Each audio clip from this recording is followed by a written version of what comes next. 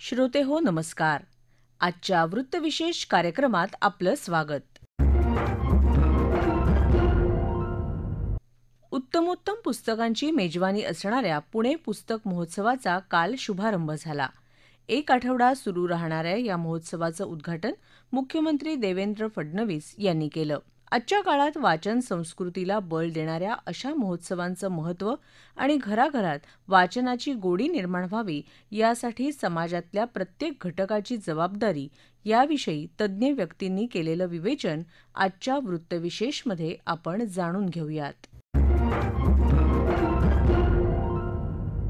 श्रोतेहो, ग्रंथ हेच गुरु किंवा ग्रंथ हेच मित्र असं नेहमीच म्हटलं जातं. कारण ग्रंथ हे मानवाला समृद्ध करतात, दिशा देण्याचं काम करतात. त्यामुळे ते मानवाचे गुरुही ठरतात आणि मित्रही. मानवाला अनुभव संपन्न आणि शहाणं करण्यात पुस्तकांचं योगदान मोठं आहे. पिढ्यानपिढ्या पुस्तकं माणसाला वैचारिक आणि बौद्धिकदृष्ट्या समृद्ध बनवत आली आहेत. त्यांचा विकास करत आली आहेत. काय चांगलं काय वाईट यातील फरक समजावून सांगत आहेत.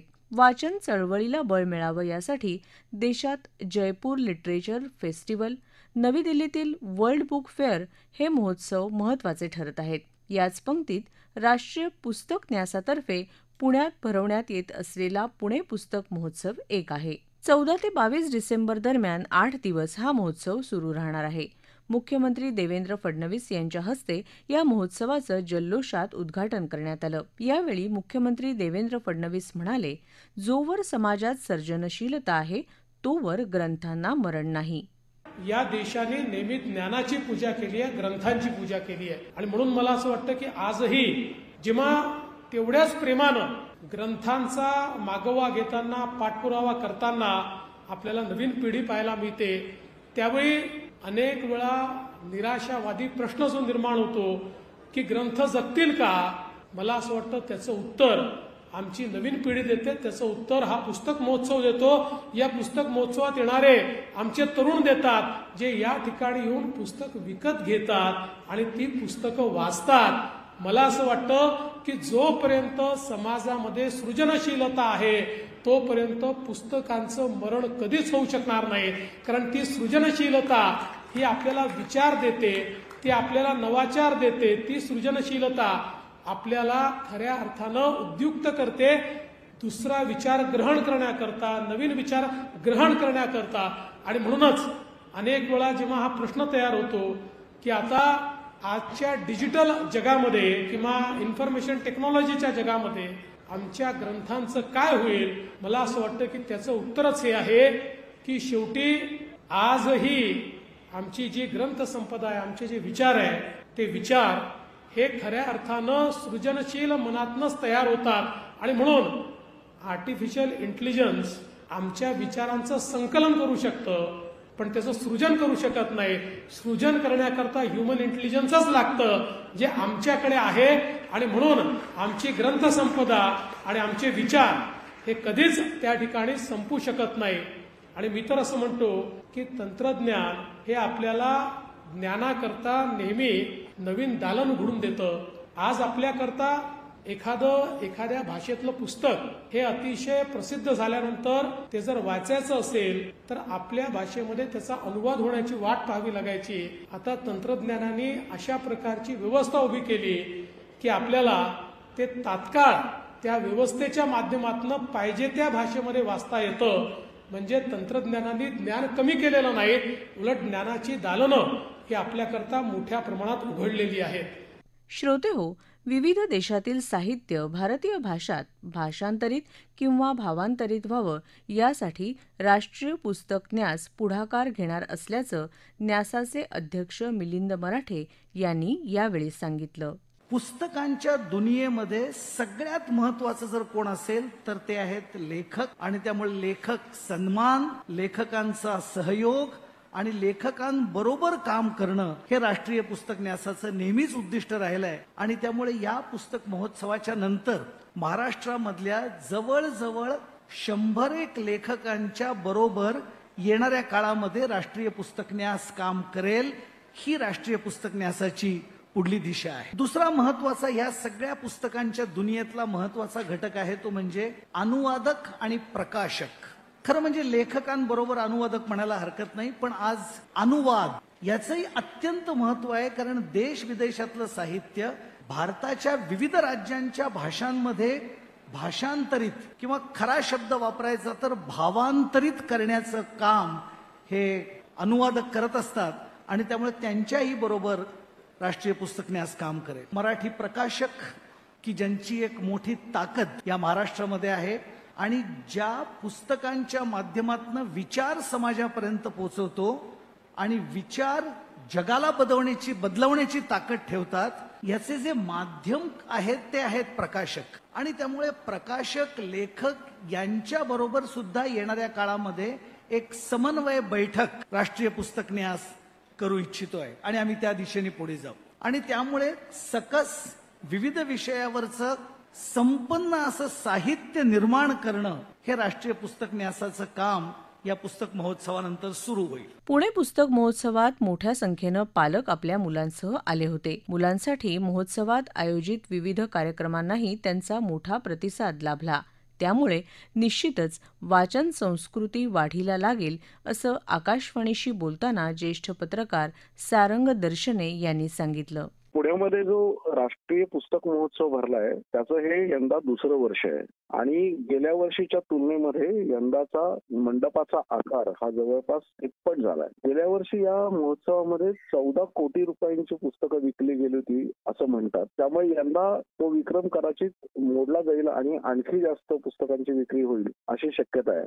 पुस्तक महोत्सवाचं काल जेव्हा उद्घाटन झालं त्याच्या आधीपासून तिकडे पुणेकरांनी आणि बाहेरगावून आलेल्या अनेक वाचकांनी गर्दी करायला सुरुवात केली आणि काल रात्रीपर्यंत ती गर्दी सातत्याने वाढत होती. हा तिप्पट आकार झाल्यानंतर देशभरातले अनेक भाषांमधले प्रकाशक आता या महोत्सवामध्ये सहभागी होऊ शकलेत. मराठीतले आणि महाराष्ट्रातले तर सर्व प्रमुख प्रकाशक याच्यामध्ये आहेतच, परंतु वेगवेगळ्या राज्यांमधले, वेगवेगळ्या भाषांमधले आणि मुख्य म्हणजे वेगवेगळ्या सरकारांची जी प्रकाशन यंत्रणा आहे, म्हणजे उदाहरणार्थ केंद्र सरकारची नॅशनल बुक ट्रस्ट अशी एजन्सी आहे किंवा साहित्य अकादमी अशी आहे, वेगवेगळ्या राज्यांच्या त्यांच्या खाजगी अकादम्या, राज्य पातळीवरच्या अकादम्या आहेत, ही सगळी मंडळी या महोत्सवामध्ये सहभागी झाली आहेत. असं म्हणतात की भारतातला क्रमांक 1चा पुस्तक महोत्सव आता पुण्याचा व्हायला लागला आहे. म्हणजे एकूण उलाढाल, लोकांची तिथे येणारी गर्दी आणि एकूण पुस्तक विक्री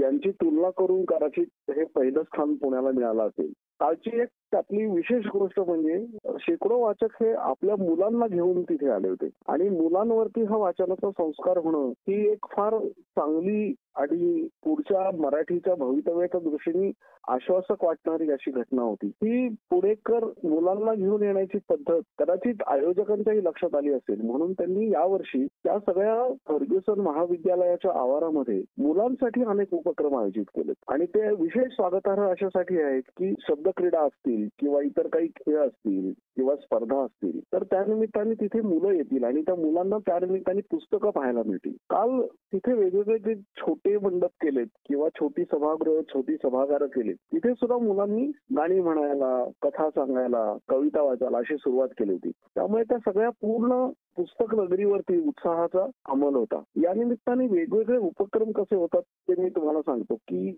बुक क्लब नावाचा महाराष्ट्रातल्या संपादकांचा, लेखकांचा, प्रकाशकांचा असा समूह आहे. तर त्या समूहाचं एक संमेलन काल या पुस्तक महोत्सवाच्या निमित्ताने फर्ग्युसन महाविद्यालयामध्ये झालं आणि तिथे सगळे मान्यवर लेखक, संपादक तर आले होते, पण एनबीटी म्हणजे नॅशनल बुक ट्रस्टचे जे चेअरमन अध्यक्ष आहेत हे अध्यक्षपद सध्या महाराष्ट्राकडे आहे आणि ते मिलिंद मराठे हे एनबीटीचे अध्यक्ष खास या मेळाव्याला, संमेलनाला आले आणि त्यांनी नवभार एनबीटीची भूमिका सगळ्या लेखकांसमोर मांडली. त्याचबरोबर लेखकांनी आणि संपादकांनी एनबीटीकडून काय अपेक्षा आहेत या संबंधीचं विवेचन केलं, निवेदन दिलं आणि कदाचित हा संवाद आता पुढे जाईल. याचं कारण असं की एनबीटी अत्यंत चांगली पुस्तकं, गुणवत्तापूर्ण पुस्तकं प्रकाशित करते, पण पुष्कळदा ती वाचकांपर्यंत पोहोचत नाही. कालच्या प्रदर्शनामध्ये जी गर्दी होती त्या गर्दीवरून लोकांना किंवा वाचकांना वेगवेगळ्या विषयांच्या पुस्तकांची किती ओढ आहे, किती आस आहे हे लक्षात येत होतं. श्रोतेहो, प्रत्येक जिल्ह्यात राष्ट्रीय पुस्तक न्यासानं पुस्तक महोत्सवाचं आयोजन करावं, त्यामुळे वाचन चळवळीला बळ मिळण्यास मदत होईल असं मत आकाशवाणीशी बोलताना ग्रंथालीचे विश्वस्त सुदेश हिंगलाजपूरकर यांनी व्यक्त केलं. आता एनबीटीचं एक्झिबिशन पुण्यामध्ये सुरू झालेलं आहे. हे एक्झिबिशन गेली 30 ते 40 वर्ष एनबीटी महाराष्ट्रामध्ये करते आहे. एनबीटी आधी ते मुंबईमध्ये करायची, त्यावेळी ग्रंथालयांनी त्यांना मुंबईला करताना आणि बँड्रा येथे करताना मदत केली होती. नंतर अशाच प्रकारची एक्झिबिशन्स नागपूर, औरंगाबाद अशा विविध ठिकाणी ती झालीत. ही खूप चांगली कल्पना आहे की तिथे सगळे प्रकाशक आणि बुक सेलर हे सगळे एकत्र येऊ शकतात आणि वाचकांना सर्व प्रकारची पुस्तकं तिथे बघायला मिळतात. आणि त्या निमित्ताने ते असे 2-3 कॉर्नर तिथे निर्माण करतात की एक तर आपल्याला लेखकांना तिथे भेटता येईल, आलेल्या लेखकांना, वाचकांचा एक परिसंवादासाठी एक कॉर्नर त्यांनी तिथे उभा केलेला असतो. अशा पद्धतीने जर ठिकठिकाणी प्रत्येक जिल्ह्यात जर एनबीटीने बुक फेअर्स केली तर मला असं वाटतं की त्या गावात पुढे 3 वर्षात ते वातावरण नक्की निर्माण होईल आणि विकत घेऊन वाचायची सवय माणसाला लागेल किंवा ज्यांच्याकडे पैसे नसतील ते लायब्ररीत जाऊन वाचू शकतील. त्यामुळे अशा प्रकारची ग्रंथ प्रदर्शन होणं हे गरजेचंच आहे. कारण ग्रंथालयांनी अशा प्रकारचा जो प्रयोग केला होता तो पहिला 1982 साली ग्रंथ यात्रा काढून आम्ही प्रत्येक जिल्ह्यात एक बस घेऊन गेलो होतो. त्यात लेखक मंडळी होती, सर्व प्रकाशकांची पुस्तकं होती, ती मांडली जायची. आमचा तिथे 3 दिवस मुक्काम व्हायचा. असं करून त्याची सांगता आम्ही पुण्यात केली. नंतर महाराष्ट्रात एकाच वेळी 50 ठिकाणी एक्झिबिशन केली. त्याचं नाव होतं ग्रंथमूळ.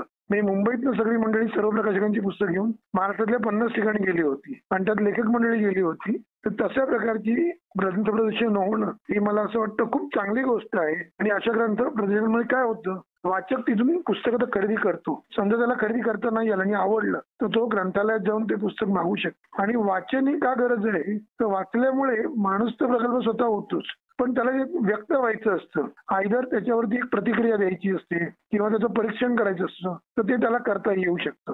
दुसरी गोष्ट, तुम्हाला कथा एखादी आवडली तर त्या कथेवरून जर तुम्हाला काही नाटक करायचं असेल तर तुम्हाला नाटक करता येतं. मला जर काही सिनेमा करायचा असेल, सिरियल लिहायची असेल तर अशा प्रकारे वाचनाची ही गरज आहेच आहे. आणि माझं म्हणणं आहे, जसं आपण शाळेत गेलो की आधी शालेय पुस्तकं सगळी वाचत असतो आणि साधारणतः 4थी नंतर आपण अवांतर वाचन करायला लागतो. मला असं वाटतं की अवांतर वाचनाने एक तर तुमची गोडी निर्माण होते, कारण हे तुम्हाला गरजेचं असतं म्हणून तुम्ही वाचत असता. इथे कसं तुम्हाला त्यातनं गोडी निर्माण झाली की मग तुम्ही त्यातनं विषय चूज करता. मला इतिहास आवडतो का, मला भूगोल आवडतो का, की मला प्रवास वर्णन आवडतं, मला आत्मकथन आवडतं. तर मला असं वाटतं की माणसांनी वाचलं पाहिजे, लहान मुलांनी वाचलं पाहिजे. वाचल्यावरती आपण प्रगल्भ होतो. आपल्याला समजा उद्या कुठे डिबेटला जायचं असेल तर तुम्हाला तिथे प्रश्न उत्तर करणं सोपं होतं किंवा एखाद्या विषयावरती आपलं मत मांडायचं असेल तर ते मत मांडायला ते सोपं जातं. त्यामुळे अशा प्रकारची ग्रंथ प्रदर्शन एक ठिकाणी होणं ही गरजच आहे. याला शासनाने, सेंट्रल गव्हर्नमेंटनी, साहित्य अकादमीनी, एनबीटीनी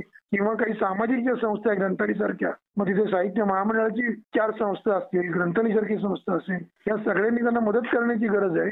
आणि एकूण असं जर चांगलं वातावरण निर्माण झालं तर एक चांगलं पोषक वातावरण महाराष्ट्रात पुस्तकांसाठी निर्माण होईल. श्रोतेहो, समाजातील सृजनशीलता आणि वैचारिक ठेवा कायम ठेवण्यासाठी वाचन चळवळीचा मोठा सहभाग आहे. त्यामुळे समाजातील नैतिक मूल्य जोपासण्यासाठी वाचन संस्कृती जिवंत ठेवणं ही काळाची गरज आहे. त्यासाठी पुणे वाचन महोत्सवासारखे महोत्सव नक्कीच महत्त्वाची भूमिका बजावत आहेत, हे नक्की. श्रोतेहो, आपला वृत्तविशेष हा कार्यक्रम आपण न्यूज ऑन AIR या ॲपवरही लाईव्ह ऐकू शकता. यासोबतच आमच्या मुंबई एअर न्यूज या यूट्यूब वाहिनीवर कार्यक्रमाचं ध्वनिमुद्रण आपल्याला कधीही ऐकता येईल. याबरोबरच आजचा वृत्तविशेष हा कार्यक्रम संपला.